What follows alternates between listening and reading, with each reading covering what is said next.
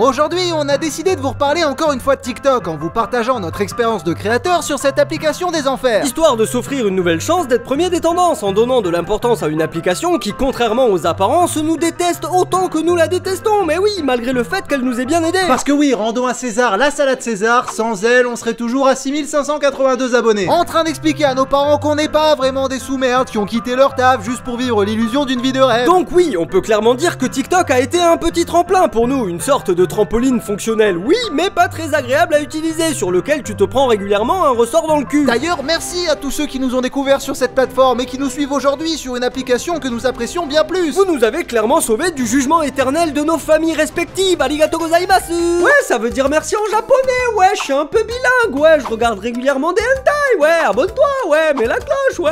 Mais attention, hein, c'est pas parce que TikTok nous a sorti de la précarité qu'on va s'empêcher de lui mettre des petites calottes pour se venger de son arrogance. Parce que oui, il nous a aidé à percer, mais sur le chemin de la gloire, il nous a ban et plus d'une fois. Et le pire, c'est qu'il t'explique jamais vraiment pourquoi t'es ban. C'est comme si ton père arrivait dans ta chambre sous un fond de Zumba Caféo, qu'il te filait 200 balles pour ensuite te mettre un gros point claque dans la gueule et finalement sortir de ta chambre en t'enfermant pendant 2 jours. C'est pas une manière d'éduquer un créateur. Après, il va grandir avec des traumatismes et finir par faire des vidéos réactions de mecs qui regardent des vidéos réactions à sa propre vidéo réaction, bordel de merde. D'ailleurs, à l'heure actuelle, on vient de se faire ban pour la 5e fois et cette fois-ci c'est pendant une semaine. Wouhou! Parce qu'à ce qui paraît, un de nos TikTok comportait des scènes de nudité. Sauf que dans le TikTok en question, tout ce qu'on voyait, c'était le corps de Thibaut InShape. Alors oui, je sais qu'il a des énormes meule, mais quand même, il y a des limites. Ouais. C'est comme la fois là où on s'est fait ban le résumé de l'attaque des titans juste parce que l'application a confondu un titan avec Jean-Michel Nudiste. Il a l'air de père en fils depuis la création des claquettes chaussettes. Alors que j'en ai vu plein des TikTok avec des titans qui étaient pas du tout ban. J'ai même vu des gens qui volaient notre TikTok qui lui-même s'était fait ban et qui, eux, ces enfants de femmes respectables, ne se sont pas fait ban. Comme si l'algorithme ce chacal fonctionnait de manière aléatoire en mode toi t'es ban, toi t'es ban, toi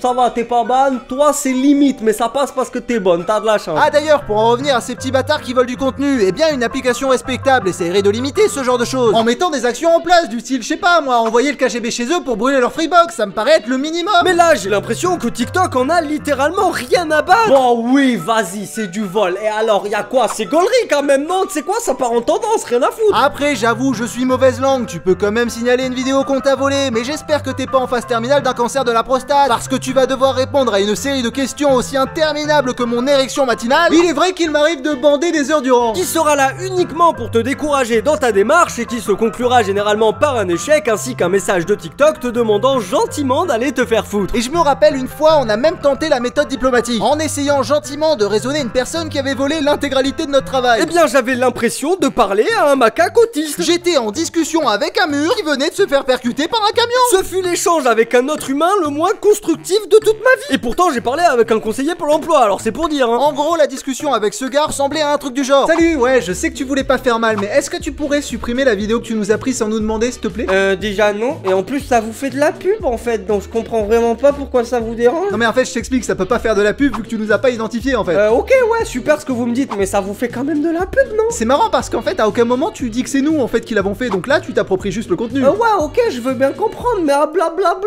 Ah oui, parce qu'à partir de là, j'ai activé le filtre anti-connard pour stopper cette mascarade, parce que là, il y avait plus rien à faire, il y a plus rien à faire de cet homme. Un autre truc qui m'a toujours fait sourire jeune sur TikTok, c'est les gens qui font des millions de vues en réagissant à nos sons, alors que le son en question ne dépasse même pas les 100 000 vues. Et tu vois, c'est exactement à ce moment-là que j'ai compris que TikTok avait un problème. C'est-à-dire qu'au lieu d'encourager les gens à produire du contenu par eux-mêmes et à développer leur imagination pour créer des vraies vidéos, des trucs dont ils seront fiers plus tard, il les encourage à passer des heures à scroller sur l'appli pour trouver la nouvelle douille qui fera des millions de j'aime. Ce qui est une bonne technique pour tuer la créativité à grands coups de latte dans les couilles, validé et certifié par ce mec qui n'aura probablement jamais d'enfant d'ailleurs. Voilà, c'était notre avis sur cette application qui est TikTok. N'hésitez pas à donner le vôtre dans les commentaires, même si je m'en branle en fait. Je vous invite à liker et à partager la vidéo si vous êtes d'accord avec nous, à venir nous donner un peu d'argent sur Tipeee si vous êtes pas d'accord avec nous, ça va vous détendre, vous allez voir, ça va être cool. Et sur ce, la bonne soirée, à bientôt, je m'envole. Abonne-toi, abonne-toi, abonne-toi, abonne-toi, abonne-toi,